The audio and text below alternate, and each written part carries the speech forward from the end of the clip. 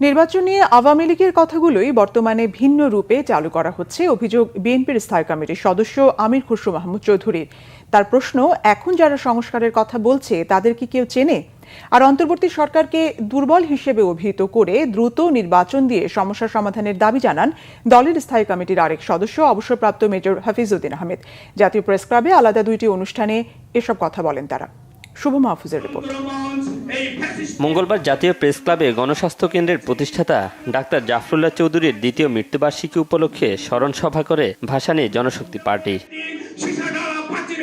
এ সময় শেখ হাসিনা বিরোধী আন্দোলনে ডাক্তার জাফরুল্লাহ চৌধুরীর অবদানের কথা তুলে ধরে বক্তারা বলেন, বর্তমান সরকারের 9 মাস পার হলেও সরকার কোন দিকে হাঁটছে তা স্পষ্ট নয়। পৃথিবীর জন্ম থেকে এ পর্যন্ত বিষয় এবং বস্তুর সংস্কার হতেই এগোচ্ছে, তাছাড়া চলতে পারে না।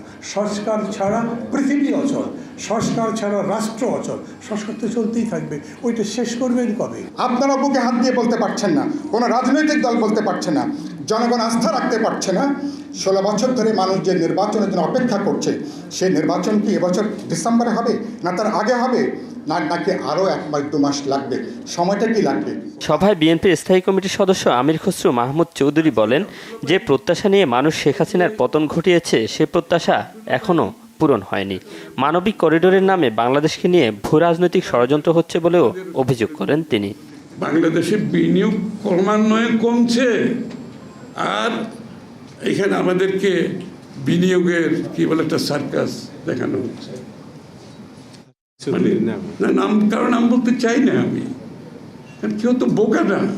যতদিন বাংলাদেশের নির্বাচিত সরকার না আসবে, কোনো বিনিয়োগ বাংলাদেশের কোনো বিনিয়োগকারী সেই রিস্ক এখানে নেবে না। এটা ওয়ার্ল্ড ওয়াইড বিনিয়োগের চিত্র হচ্ছে এটা। তারা দেখতে চাইবে বাংলাদেশে একটা স্থিতিশীল সরকার আছে কিনা, নির্বাচিত স্থিতিশীল সরকার আছে কিনা। এদিকে জাতীয় প্রেস ক্লাবে মাওলানা ভাসানীর ফারাক্কা লং মার্চ স্মরণে গণসমাবেশ উপলক্ষে গোলটেবিল বৈঠকে বিএনপির সিনিয়র যুগ্ম মহাসচিব রুহুল কবির রিজভী বলেন, শেখ মুজিবই ফারাক্কা বাঁধ চালুর অনুমতি দিয়ে দেশের সর্বনাশ ডেকে এনেছিলেন, আর শেখ হাসিনা 16 বছরে বাংলাদেশকে ভারতের একটি কলোনি বানিয়ে ফেলেছিল বলে অভিযোগ করেন দলের স্থায়ী কমিটির সদস্য অবসরপ্রাপ্ত মেজর হাফিজউদ্দিন আহমেদ।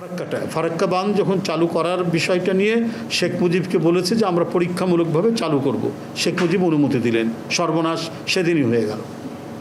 তো সেটা না হয় জানিয়েছেন। এরপরে চুক্তি হয়েছে একটা খুবই প্যাট্রিয়টিক চুক্তি, যেটাকে বলা হয় 77 79 তখন। কিন্তু এরপরে তারা আর মনেই করেনি যে বাংলাদেশের সাথে আর কথা বলা দরকার, সে টিপাই মুখ হোক, গজলডোবাই হোক, যেখানেই হোক না কেন। 71-এ তারা আমাদের জন্য যে সাহায্য সহযোগিতা করেছে সেটি উদ্ধার করার জন্য অতি ব্যস্ত। বাংলাদেশের প্রত্যেকটি ক্ষেত্রে তারা হস্তক্ষেপ করেছে। রামপাল বিদ্যুৎ কেন্দ্র থেকে শুরু করে দেশের ভিতর দিয়ে ট্রানজিট এবং অন্যান্য প্রত্যেকটি প্রকল্পে বাংলাদেশের নতজানু সরকার, আওয়ামী লীগের সরকার, শেখ হাসিনার সরকার বাংলাদেশের মানুষের স্বার্থ জলাঞ্জলি দিয়ে তারা এই দেশকে ভারতের একটি কলোনি বানিয়ে দিয়েছিল। মানবিক করিডোরের বিষয়টি জাতির সামনে স্পষ্ট করার দাবিও জানান মেজর হাফিজ। শুভ মাহফুজ, বাংলা ভিশন, ঢাকা।